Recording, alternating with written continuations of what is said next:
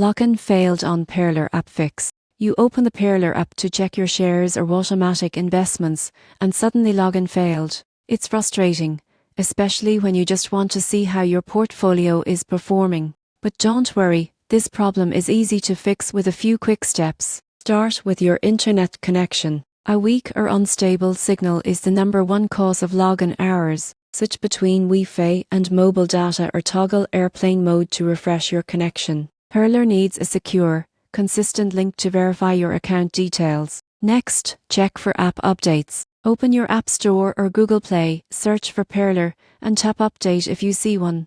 App updates often include fixes for login bugs or compatibility issues with new operating systems. If that doesn't help, try re-entering your credentials manually. Don't rely on autofill. Most people get this wrong because stored passwords can be outdated or corrupted. Type your email and password carefully, and if you've forgotten them, tap Forgot Password to reset. Now, clear the app's cache. On Android, go to Settings, Apps, Pearler Storage, Clear Cache. On iPhone, uninstall and reinstall the app to clear temporary data. This removes hidden files that might be blocking your login attempts. Another possible cause is of PIN interference. If you're using one, turn it off. Pearler system might block master addresses for security reasons, and disabling your PIN can often fix the problem instantly. Still stuck? Try logging in through the Pearler website.